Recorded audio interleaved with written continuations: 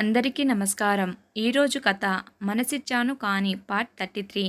ఇక కథలోకి వెళితే నకిలీ ప్రేమ్ తన క్యాబిన్లోకి వెళ్ళి తలుపు లాక్ చేసి తన ఫోన్లో ఎవరికో వీడియో కాల్ చేసి తన ముందు కుర్చీలో కట్లు కట్టేసిన మనిషిని చూసి, ఎలా ఉన్నావు ప్రేమ్, ఎలా ఉంది నా సామ్రాజ్యం, నీకు అందవలసిన సేవలు అన్నీ సరైన సమయానికి అందుతున్నాయి అనుకుంటా అని. మరి నీ ముఖంలో ఇంకా కోపం పోలేదు నా మీద. నిన్న ఏం జరిగింది అంతా చూశావు కదా. ఎలా ఉంది నా ఎంటర్, బాగా నిర్వహించాను కదా. మేఘాని అలా అంత దగ్గరగా చూసి చాలా రోజులైంది కదా. నన్ను నేను కంట్రోల్ చేసుకోవడానికి చాలా కష్టపడ్డాను. ఎంతో సంతోషంతో ఈరోజు మేఘాని నా సొంతం చేసుకుంటాను అని వెళ్ళాను. కానీ నా ఆశలన్నీ అడియాశలయ్యాయి. తను కడుపుతో ఉంది. ఆ విషయం నీకు కూడా తెలిసి ఉంటుంది. నీకు విషయం ముందే చెప్పాలని చెప్పాను కదా. ఇంకా కొద్ది రోజుల్లో ఆ బిడ్డని తనకి దూరం చేయాలి అనుకుంటున్నా. ఆ మాట అన్న వెంటనే నా మేఘాకి చిన్న కీడు జరిగినా తన మీద ఒట్టు. నా నుండి నువ్వు తప్పించుకోలేవు. నువ్వు ఈ ప్రపంచంలో ఎక్కడ దాక్కున్నా నా మేఘ చేతితోనే చచ్చేలా చేస్తాను అన్నాడు ప్రేమ్. నకిలీ ప్రేమ్ నవ్వుతూ, నీకు అంత అవకాశం నేను ఇవ్వను బ్రో. ఈలోగా నీ నుండి తనకి విడాకులు ఇప్పిస్తాను. నకిలీ ప్రేమ్, సరే ప్రేమ్, బాగా రెస్ట్ తీసుకో, నీకు ప్రతి ఒక్కటి చూపిస్తూ ఉంటాను అని కాల్ కట్ చేశాడు. ప్రేమ్ అక్కడ నుండి ఎలా తప్పించుకోవాలి అని ఆలోచిస్తున్నాడు. నిన్న రాత్రి జరిగింది ఒకసారి గుర్తు చేసుకుంటున్నాడు ప్రేమ్. ఆఫీసులో సమావేశం పూర్తి అయిన తర్వాత, బాలు మిగతాది నువ్వు చూసుకో. మేఘ నా కోసం వేచి చూస్తుంది. నేను తొందరగా వెళ్ళాలి అని ఆఫీసు నుండి ఎంతో సంతోషంగా ఇంటికి బయలుదేరుతాడు ప్రేమ్. దారిలో ఎప్పుడెప్పుడు ఒంటరిగా చిక్కుతాడా అని చూస్తున్న ముసుగు మనిషి ఈరోజు తనకి అవకాశం రావడంతో ప్రేమ్ కారుకి అడ్డుగా వచ్చి నిల్చున్నాడు. ప్రేమ్ సడన్ బ్రేక్ వేయడంతో అతని దగ్గరగా వచ్చి కారు ఆగిపోయింది. అలా సడన్ గా కారుకి అడ్డుగా రావడంతో కోపంగా కారు దిగి తన ముందుకు వెళ్ళి, నీకసలు బుద్ధుందా, నువ్వు ఇలా కార్కి అడ్డుగా నిల్చున్నావు అని అడిగాడు. తన ముందున్న మనిషి ఏం మాట్లాడకుండా ప్రేమ్నే చూస్తూ ఉన్నాడు. ప్రేమ్, నీతోనే మాట్లాడుతుంది అని అంటాడు. ప్రేమ్ ముందున్న మనిషి తన ముఖానికి ఉన్న ముసుగు తీసి నవ్వుతూ ఉన్నాడు. ప్రేమ్ అచ్చు తనలా ఉన్న మనిషిని చూసి మొదట షాక్ అయ్యాడు. ఏంటి ఇతను సేమ్ నాలాగా ఉన్నాడు అని ఆలోచిస్తూ వెంటనే తేరుకొని తన పాయింట్ జేబులో ఉన్న తీసి తన ముందున్న మనిషికి గురిపెట్టి, ఎవరు నువ్వు, అసలు నువ్వు నాలా ఎందుకున్నావు, కావాలనే నా కారుకి అడ్డుగా వచ్చావు కదా అని ప్రేమ్ అడుగుతున్నా ఆ ముసుగు మనిషి ఏం చెప్పకపోగా నవ్వుతూ ఉన్నాడు. అనుమానం వచ్చిన ప్రేమ్ వెనకకు తిరగాలి అనుకున్న టైంలో ఎవరో కర్రతో తల మీద కొట్టడంతో తల వెనక పట్టుకుని నొప్పికి కళ్ళు మూసుకొని రోడ్డు మీద పడిపోయాడు. ఆ నకిలీ ప్రేమ్, అయ్యో ఏంటి ఇలా ఒక్క దెబ్బకే పడిపోయావు ప్రేమ్, మరి ఇంత వీక్ అని అనుకోలేదే అని తన మనుషుల్ని, వీణ్ణి తీసుకెళ్ళి జాగ్రత్తగా చూసుకోండి, నేను నా బంగారం దగ్గరకు వెళ్తున్నా అని నిన్న రాత్రి జరిగింది గుర్తు చేసుకుంటూ ఉన్నాడు ప్రేమ్. బాలు వచ్చి, సార్ నిన్న రాత్రి జరిగిన మీటింగ్కి సంబంధించిన ఫైల్స్ అని చూపించాడు.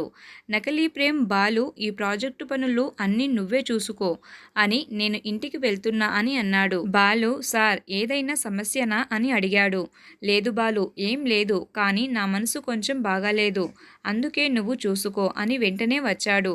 డ్రైవర్తో నేను వెళ్తున్నా అని కారు తనే డ్రైవ్ చేస్తూ ప్రేమ్ని ఉంచిన స్థలంకి వెళ్ళాడు.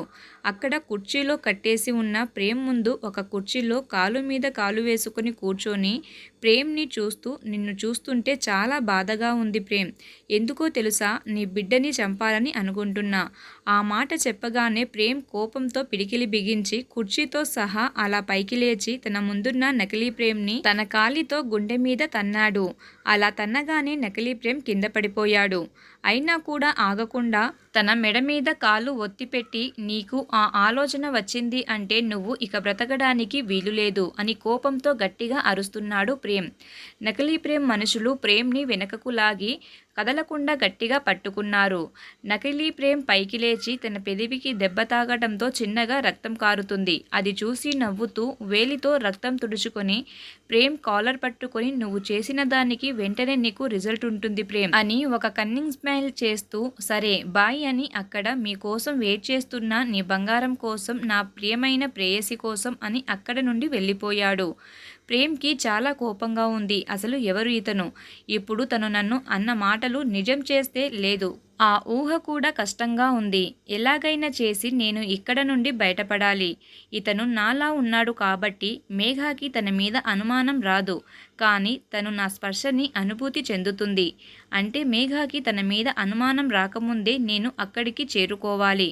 ఇంటికి వెళ్ళిన నకిలీ ప్రేమ్ కోపంగా తన గదికి వెళ్ళి డోర్ లాక్ చేసుకున్నాడు. అది చూసి భయం వేసింది. ఈ మధ్యకాలంలో ప్రేమ్ అంత కోపంగా ఎప్పుడూ చూడలేదు. తన దగ్గరకు వెళ్ళాలి అంటే కూడా భయంగా ఉంటుంది. ఏం జరిగిందో కనుక్కోవడానికి బాలుకి కాల్ చేసింది. బాలు, ఇక్కడ అంతా మామూలుగానే ఉంది మేడం. సార్ మనసు బాగోలేదు అని చెప్పి వచ్చారు అని చెప్పాడు. మేఘ ప్రేమ్ ఎందుకు బాలుతో అలా చెప్పాడు, తన మనసు బాగలేకపోవడం ఏంటి అని ఆలోచిస్తూ ఉంది. ఎంతసేపటికి ప్రేమ్ తలుపు తీయకపోవడంతో ప్రేమ్ ఏదో టెన్షన్లో ఉన్నాడు అని కిందకు వెళ్ళిపోయింది.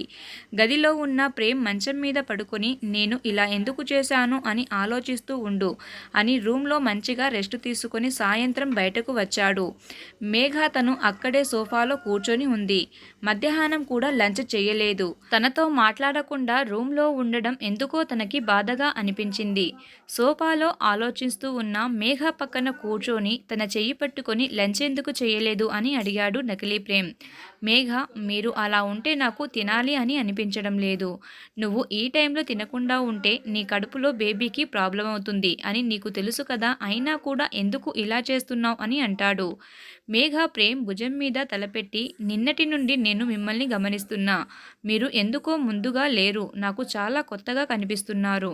నాకు అలా అనిపించింది చెప్పాను. అపార్థం చేసుకోకండి ప్రేమ్. మీరు ఎందుకు ఇలా ఉన్నారు నాకు తెలియలేదు. కానీ నాకు కష్టంగా ఉంది మీరు ఇలా ఉంటే. మేఘ, నిన్న నేను మీతో ఫోన్లో మాట్లాడినప్పుడు మీ మాటల్లో వినిపించిన సంతోషం ఇంటికి వచ్చాక మీ కళ్ళల్లో కనిపించలేదు. ప్రేమ్ చేతిని తన కడుపు మీద పెట్టుకొని, మీకు ఈ బిడ్డ ఇష్టం లేదా అని అడిగింది. ప్రేమ్ తన చేతిని వెనకకు తీసుకొని అక్కడి నుండి లేచి ఫాస్ట్గా బయటకు వెళ్ళిపోతాడు. ప్రేమ్ అలా తనతో ఏం చెప్పకుండా వెళ్ళడంతో మేఘాకి అసలు ఏం అర్థం కావటం లేదు. అంటే నేను తల్లిని అవ్వడం ప్రేమ్కి నచ్చడం లేదా అన్న ఊహ రాగానే తన కంట్లో కన్నీరు ఆగకుండా వస్తున్నాయి. ఎందుకు మీకు ఈ బిడ్డ వద్దని అనుకుంటున్నారు అని అడగాలని ఉంది. కానీ తను అక్కడ లేడు. మేఘ అలా ఏడుస్తూ సోఫాలో పడుకుంది. మేఘ సాయంత్రం వరకు అలాగే పడుకొని ఉంది. సాయంత్రం ఇంటికి తిరిగి వచ్చిన నకిలీ ప్రేమ్ మేఘాని అలా చూసి నవ్వుతూ తనని చూస్తూ, నేను ఏం మాట్లాడకుండా వెళ్ళినందుకే నువ్వు ఇలా ఉంటే ఇక రేపు నేను చేయబోయే విషయాలకి ఏమైపోతావు మేఘ అని అనుకుంటున్నాడు. అలా కాసేపు మేఘ పక్కన కూర్చొని తర్వాత లేచి గదికి వెళ్ళి పడుకున్నాడు. మేఘ అలాగే అక్కడే సోఫాలో ఉంది. రాత్రి కూడా లేచి భోజనం చేయలేదు. మేఘాకి ఉదయం మేలుకువ వచ్చింది. అప్పుడు లేచి చూసి తను ఎక్కడుందో చూసుకొని ఏంటి ఇలా పడుకుండిపోయాను అని. అయితే రాత్రి ప్రేమ్ ఇంటికి రాలేదా అని ఒకసారి గదికి వెళ్ళి చూసింది. తను పడుకొని ఉన్నాడు. మేఘ, అంటే నేను అక్కడ ఒంటరిగా పడుకున్నాను. అయినా కూడా నన్ను చూసి కూడా అలా ఎలా వదిలేసి వచ్చారు? అసలు ఏమైంది ప్రేమ్ మీకు? నాతో అలా ఎందుకు ఉంటున్నారు మీరు అని తన మనసులో అనుకుంటూ తన ఎదురుగా నిల్చొని కన్నీరు పెడుతుంది. తన పక్కన ఎవరో ఉన్నట్టు అనిపించి మెల్లగా కళ్ళు తెరిచిన నకిలీ ప్రేమ్ మేఘాని చూసి మంచం మీద నుంచి లేచి మేఘాని చూసి కూడా తనతో మాట్లాడకుండా వాష్రూమ్కి వెళ్ళిపోయాడు. మేఘ ఒక బొమ్మలా నిలిచింది. మేఘాని చూసి కూడా ఏం మాట్లాడకుండా కనీసం ఏమైంది అని అడగకుండా తను అలా వెళ్ళిపోవడంతో నేను ఏమన్నా తప్పు చేశానా అని ఆలోచనలో పడింది మేఘ. ప్రేమ్ ఫ్రెష్ అయ్యి మేఘ ముందుకు వచ్చి తన భుజాలు పట్టుకుని మేఘాని మంచం మీద కూర్చోబెట్టి తన కన్నీళ్లు తుడిచి, చూడు బంగారం, నేను చెప్పింది నువ్వు బాగా విని అర్థం చేసుకో. నువ్వు ఈ బిడ్డని కనడం నాకు ఇష్టం లేదు. నాకున్న శత్రువుల వల్ల నిన్ను మళ్ళీ ప్రమాదంలో పడేయడం నాకు ఇష్టం లేదు. ఒకసారి నిన్ను చావు అంచుల వరకు తీసుకువెళ్ళాను. మళ్ళీ ఇంకోసారి ఆ ఊహ కూడా భరించడానికి నాకు చాలా భయంగా ఉంది. నిన్న ఫోన్లో నువ్వు తల్లి కాబోతున్నావు అని చెప్పినప్పుడు ఎంత ఆనందపడ్డానో నీకు తెలియదు బంగారం. నువ్వు కాల్ కట్ చేసిన తర్వాత నేను బాగా ఆలోచించాను. మళ్ళీ నీకు ఎటువంటి సమస్య రాకుండా నువ్వు ప్రాణాలతో నా ముందు ఉండాలి అంటే ఈ బిడ్డ మనకు వద్దు అని అక్కడి నుండి వెళ్ళిపోయాడు నకిలీ ప్రేమ్. మేఘకి ప్రేమ్ ఏం చెప్పాడో అర్థం కాలేదు. కానీ తను ఈ బిడ్డకు కనడానికి వీలు లేదు అని తన మాటల్లో అర్థమయ్యింది. అసలు ప్రేమ్ ఇలా మాట్లాడతాడు అని మేఘ ఊహించలేదు. అలా ఆలోచిస్తూ కళ్ళు తిరిగి మంచం మీద పడిపోయింది మేఘ. ప్రేమ్ ఆఫీసుకు వెళ్ళిపోయాడు. మేఘ ఎంతసేపటికి కిందకు రాకపోవడంతో భాగ్య గదికి వెళ్ళి చూసింది. మేఘ బెడ్ మీద స్పృహ తప్పి పడిపోవడంతో భాగ్య ఎంత లేపినా లేవకపోవడంతో ప్రేమ్కి ఫోన్ చేసి విషయం చెప్పింది. ప్రేమ్ డాక్టర్కి కాల్ చేసి ఇంటికి వెళ్ళమని చెప్పాడు. నకిలీ ప్రేమ్ నవ్వుతూ ఆఫీసులో ఉన్న తన సపరేట్ రూమ్లోకి వెళ్ళి మంచం మీద పడుకొని తన మనుషులకి ఫోన్ చేసి ప్రేమ్తో మాట్లాడుతూ నీ బంగారంకి నరకం ప్రారంభించాను. కానీ అప్పుడే తను స్పృహ తప్పి పడిపోయింది. నేను ఇచ్చిన మొదటి షాక్లోనే ఇలా అయిపోతే అసలైన నరకం స్టార్ట్ చేస్తే పాపం మేఘ ఏమైపోతుందో. కానీ మేఘకి నేను ఏం కానివ్వను. ఎందుకంటే నేను తనతో జీవితకాలం ఉండాలి కదా. నీ మీద తనకి విరక్తి రావాలి. నిన్ను తను అసహించుకోవాలి.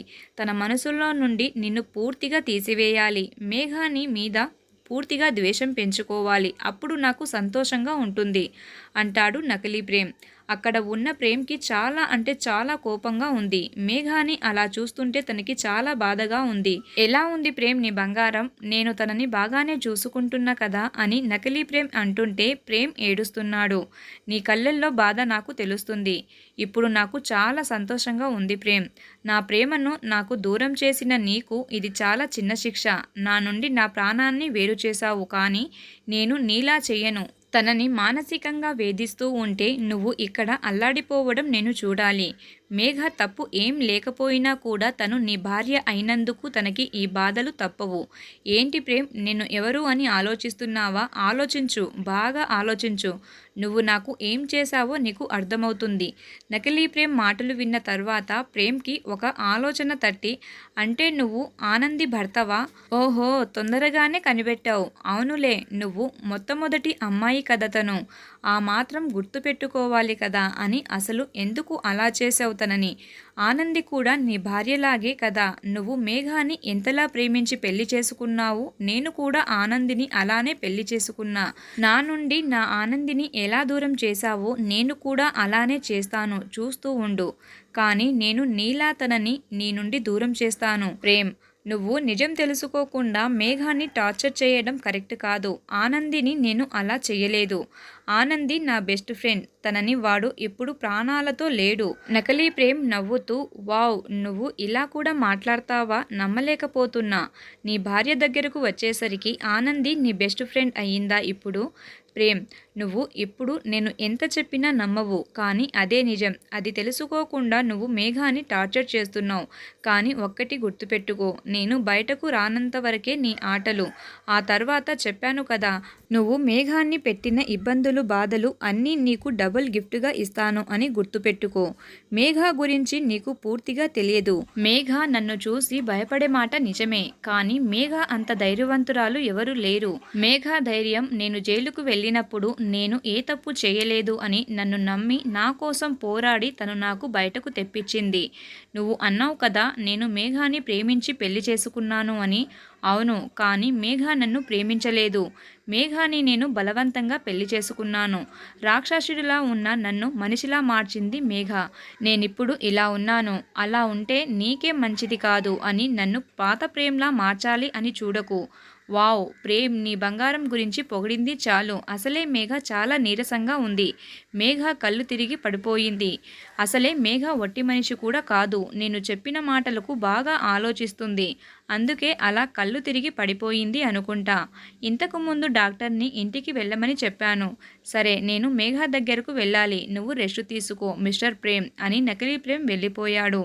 ప్రేమ్ మేఘ గురించి ఆలోచిస్తూ కళ్ళు మూసుకొని, బంగారం, నువ్విలా ఉంటే రేపు అక్కడ ఉన్నది నేను కాదు అన్న నిజం తెలిస్తే నువ్వు భరించలేవు. ఇంటికి వెళ్ళిన నకిలీ ప్రేమ్కి డాక్టర్ మేఘాని చెక్ చేసి తను చాలా బలహీనంగా ఉంది. ఈ సమయంలో తను మంచి ఆహారం తీసుకోవాలి. మేఘ దేని గురించో బాగా ఆలోచించడం వల్ల తన ఆరోగ్యం దెబ్బతింటుంది అని అంటుంది. ఈ నకిలీ ప్రేమ్ మనసులోనే నవ్వుతూ, పాపం మేఘ నేను చెప్పిన దాని గురించి ఆలోచిస్తుందనుకుంటా. అప్పుడే ఏమైంది, ఇంకా చాలా ఉంది అనుకుంటూ, ఓకే డాక్టర్, నేను తనని బాగా చూసుకుంటాను. డాక్టర్ సమయానికి భోజనం చేసి టాబ్లెట్స్ తీసుకుంటే తన కడుపులో పెరుగుతున్న బేబీ ఇద్దరు ఆరోగ్యంగా ఉంటారు అని చెప్పి డాక్టర్ వెళ్ళిపోతుంది. ప్రేమ్ మేఘ దగ్గరకు వెళ్ళాడు. తను బెడ్ మీద పడుకొని ఉంది. తన కంటి వెంట కన్నీరు కారుతూనే ఉంది. ప్రేమ్ మేఘాని చూసి అక్కడ సోఫాలో కూర్చొని ఉన్నాడు. మేఘ మెల్లగా లేచి మంచం మీద కూర్చుంది. ప్రేమ్ కనీసం తన దగ్గరకు కూడా రాకుండా మేఘాని దూరం నుండే చూస్తుంటే మేఘాకి చాలా బాధగా అనిపించింది. ప్రేమ్ మొహాన్ని చూస్తూ నేను చెప్పిన దాని గురించి ఏం డెసిషన్ తీసుకున్నావు బంగారం అని అడుగుతాడు. మేఘ ఏం మాట్లాడకుండానే కనీసం ప్రేమ్ వంక చూడకుండా మెల్లగా బెడ్ దిగి కిందకు వెళ్ళిపోయింది. నకిలీ ప్రేమ్ ఓ ప్రేమ్ గారి భార్యకి కోపం వచ్చింది అనుకుంటా, రావాలి కదా మరి. నేను తన మనసు బాధపడే మాటలు మాట్లాడినప్పుడు అలానే ఉంటుంది కదా అని ఒక కన్నింగ్ స్మైల్ చేస్తూ ఫ్రెష్ అయి కిందికి వెళ్ళాడు. మేఘ భోజనం టేబుల్ దగ్గర కూర్చొని తింటూ ఉంది. ప్రేమ్ సోఫాలో ఫోన్లో వీడియో కాల్ చేసి మేఘాని అసలైన ప్రేమ్కి చూపిస్తున్నాడు, మేఘాకి తెలియకుండానే. మేఘాతో నకిలీ ప్రేమ్, ఏంటి బంగారం చాలా ఆకలి మీద ఉన్నట్టున్నావు? అవును కదా, నా బేబీ ఆరోగ్యంగా ఉండాలి అంటే నేను బాగా తినాలి. ఓహో అవునా, అయితే నువ్వు నీ బిడ్డని కావాలి అనుకుంటున్నావు అంతేనా? మేఘ అవును, నాకు ఈ బిడ్డ కావాలి. ఈసారి ఎట్టి పరిస్థితుల్లో ఈ బిడ్డని నా నుండి ఎవరూ దూరం చేయలేరు అని బాగా తిని తన గదికి వెళ్ళిపోయింది. వీడియో కాల్లో చూస్తున్న ప్రేమ్, నేను చెప్పాను కదా నా భార్య గురించి, తను చాలా ధైర్యవంతురాలు అని. చూసావు కదా ఇప్పుడైనా ఇక్కడ నేను ఎన్ని రోజులు ఉన్నా నాకు వచ్చిన నష్టమేం లేదు అంటాడు. నకిలీ ప్రేమ్ నవ్వుతూ, మరీ అంతలా నీ భార్యని పొగడకు, అసలైన ఆట నేను ఇంకా ప్రారంభం చేయలేదు. నువ్వు ఎన్ని చేసినా అక్కడ ఉన్నది ఈ ప్రేమ్ భార్య మేఘన. నకిలీ ప్రేమ్ కాల్ కట్ చేసి కోపంగా అక్కడ ఉన్న వస్తువులు అన్నీ పడేసి, ప్రేమ్ నేను నీ నుండి నీ భార్యని భయపెట్టాలని ఇలా చేస్తుంటే మీరు మాత్రం మాకు ఎటువంటి భయాలు లేవు అన్నట్టు ప్రవర్తిస్తున్నారు. మీకు ఇది సరికాదు. మీకు బాధ భయం అంటే ఏంటో చూపిస్తాను అని ఒక స్మైల్ చేస్తూ అక్కడి నుండి వెళ్ళిపోయాడు. అందరి మనసుకు నచ్చే అద్భుతమైన కథ. ఈ కథలోని మిగతా భాగాన్ని నెక్స్ట్ ఎపిసోడ్లో చూద్దాం. Please subscribe my channel.